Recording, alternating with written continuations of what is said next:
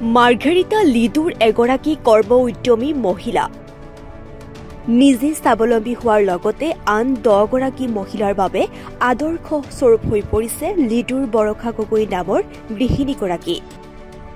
ঘৰৰ ছাদত খেতি কৰি স্বাৱলম্বিতা নিদৰ্শন বৰষাৰ গগৈয়ে নিজৰ ঘৰৰ ছাদতে বিভিন্ন ধৰণৰ বতৰৰ শাক-পাচলি খেতি কৰি এক সুন্দৰ নিদৰ্শন দাঙি ধৰিছে।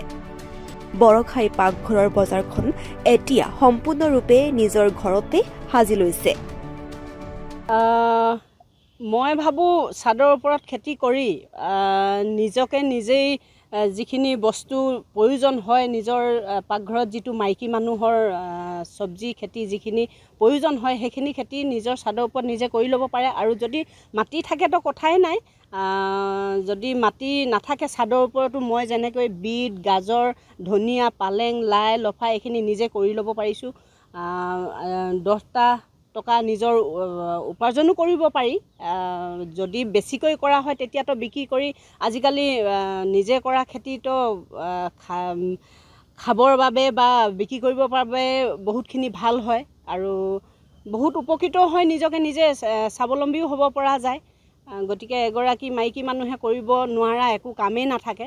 মানুহে কয় মাইকী মানুহে একো কৰিব নোৱাৰে কিছুমানে, কিন্তু মাইকী মানুহেই আজিকালি বহুত কিবাকিবি কাম কৰিও আছে আৰু কৰি থাকিব পাৰিব। গতিকে মানুহজনৰ ওপৰতে অকল আশা নকৰি নিজেও কিছুমান কাম কৰি লোৱাটো ভাল। নিজৰ ঘৰখনৰ কাৰণেই হওক বা বেলেগৰ কাৰণেও হওক। এতিয়া ধৰক মই কিবা এটা কৰি আছোঁ, বেলেগে বেয়া নাপায়, তেখেতলোকেও যদি কিবা এটা কাম এনেকৈ কৰি আগবাঢ়ি যাবলৈ বিচাৰে কৰিব পাৰে। আৰু সৰু সুৰা এখন ছাদতে বহুতখিনি নিজৰ লাগতিয়াল বস্তু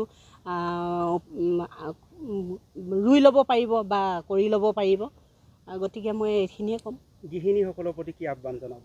গৃহিণীসকলৰ প্ৰতি মই এইটোৱে আহ্বান জনাম, কাৰণ মই নিজেই যিটো কষ্ট পোৱা নাই, কষ্ট বুলিয়ে ক'ম, কাৰণ আলু আনিবলৈ হ'লেও বা পিঁয়াজ এটা লাগে বুলি ক'বলৈ হ'লে মানুহজনক ক'ব লগা হয় বা নিজে দোকানলৈ যাব লগা হয়। গতিকে নিজেই যদি কিছুমান সৰু সুৰা চব্জিয়ে হওক বা এনেকৈ 2-এটা লগাই ল'লে নিজক মানে মানুহজনক নোকোৱাকৈও কিছুমান কৰি লৈ নিজেই খাব পৰা হয়। সেইটোৱে জনাম গৃহিণীসকলৰ বাবে। হয়, কিমান সময় আপুনি ইয়াত ব্যয় কৰিবলগীয়া হয় দিনটো? ইয়াত সৰু সুৰাকৈ মই এখন তাঁতশালৰ ইণ্ডাষ্ট্ৰি বুলিয়ে ক'ম আৰু সৰু সুৰাকৈ মই কৰি আছোঁ। তাত মই প্ৰায়ভাগ সময় মোৰ তাত দিব লগা হয়, কাৰণ মোৰ নতুন শিকা ছোৱালী প্ৰায় 4-5 গৰাকী এনি টাইম মোৰ লগত থাকে। সিহঁতৰ লগত মই দিনটো থাকিব লগা হয়।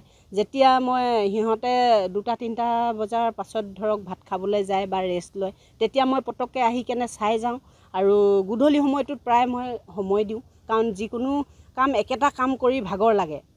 সেইবাবে মানে কি কৰোঁ, চব্জি খেতি সিটো অলপ দেৰি সময় দিয়া হয়। ৰাতিপুৱা টাইমটো মই 8টা বজালৈকে টাইম পাওঁ। তাৰপৰা আকৌ 8টা বজাৰ পাছত আকৌ যেতিয়া সিহঁতে 10টা বজাত আহে, তাৰপিছত মই সিহঁতৰ লগত ব্যস্ত থাকোঁ। তাৰ উপৰিও আপোনালোকে শুনি ভাল পাব, মই হাঁহ বহুত পালিছিলোঁ আগতে। তো হাঁহ এতিয়াও মানে এনি টাইম মোক এতিয়া লিডু আৰু এইখিনি জাগুনলৈকে হাঁহ মোৰ এনি টাইম হৈ থাকে। বৰ্তমানো হাঁহ মোৰ 20টামান পোৱালি আজি ওলাইছে আপোনালোকে অহাৰ আগত। সেয়ে আৰু হাঁহ পালি আছোঁ। তাৰ উপৰি আকৌ চব্জি খেতি কৰি আছোঁ। তাৰ উপৰি আকৌ এই তাঁতশালৰ কাম কৰি আছোঁ। সেইখিনি আৰু।